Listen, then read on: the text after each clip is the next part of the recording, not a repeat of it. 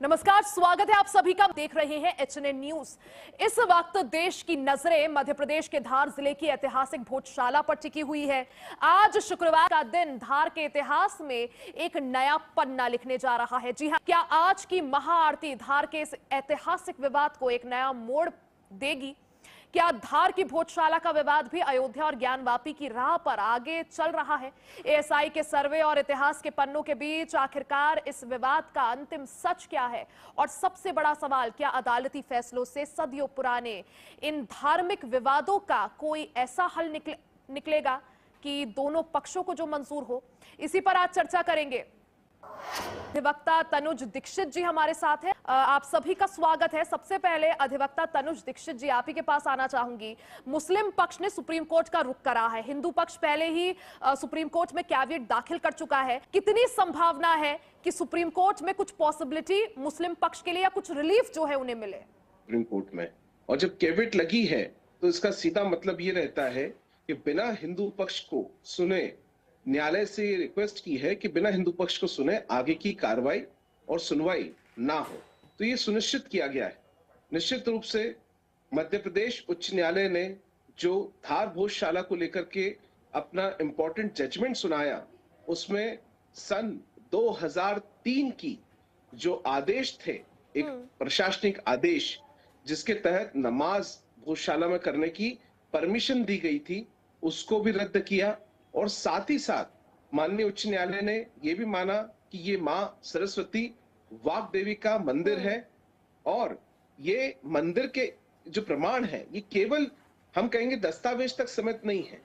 एक तो सबसे महत्वपूर्ण आर्कियोलॉजिकल सर्वे ऑफ इंडिया की रिपोर्ट्स, जो वहां सर्वे हुए उसकी रिपोर्ट्स, इसके अलावा माननीय न्यायाधीशगण, मध्य प्रदेश उच्च न्यायालय के न्यायाधीशगण मौका मुआयना करने गए।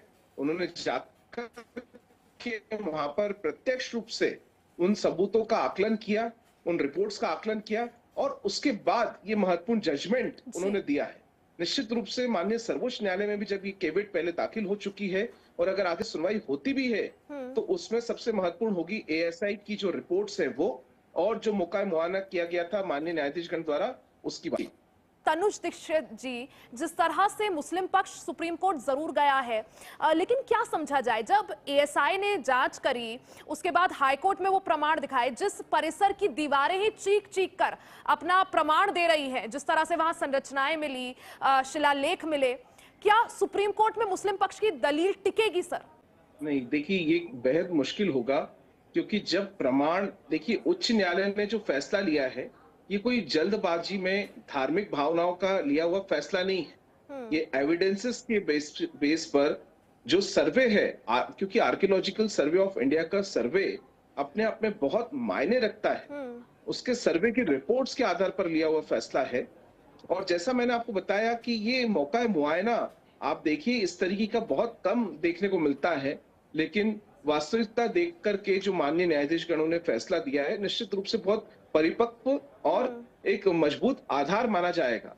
मुझे लगता है कि सुप्रीम कोर्ट में उस आदेश को चैलेंज करना एक अपनी जगह हो सकता है, लेकिन उस फैसले को पलटना मेरे हिसाब से बहुत मुश्किल होगा, क्योंकि ये संभव इतना आसान दिखाई नहीं देता। क्या स्टे की संभावना है? क्या स्टे की संभावना है तनुज जी? नहीं, स्टे की संभावना नहीं है, क्योंकि अगर देखा जाए तो पहले भी सर्वे को रोकने के लिए मुस्लिम पक्ष द्वारा सुप्रीम कोर्ट में याचिका लगाई गई थी, लेकिन उसे माननीय सर्वोच्च न्यायालय ने खारिज कर दिया था।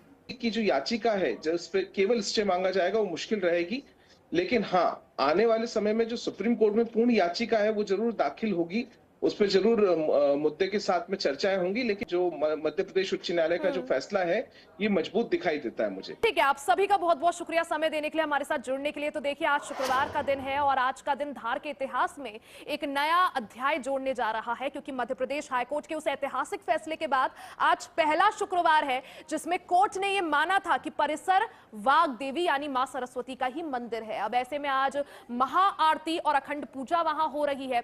1 बजे का समय निर्धारित किया गया था। वहीं दूसरी तरफ हाईकोर्ट के फैसले को मुस्लिम पक्ष ने सुप्रीम कोर्ट में चुनौती दे दी है। अब देखना यह होगा कि सुप्रीम कोर्ट आखिर इस पर क्या जजमेंट देता है, क्या फैसला सुनाता है, सुनवाई के दौरान कौन सा पक्ष क्या दलीलें पेश करता है और क्या सुप्रीम कोर्ट मुस्लिम पक्ष को राहत देता है या हाईकोर्ट का फैसला बरकरार रहता है। इसी के साथ इस बुलेटिन में फिलहाल के लिए बस इतना ही। बने रहे हमारे साथ, देखते रहे HNN न्यूज।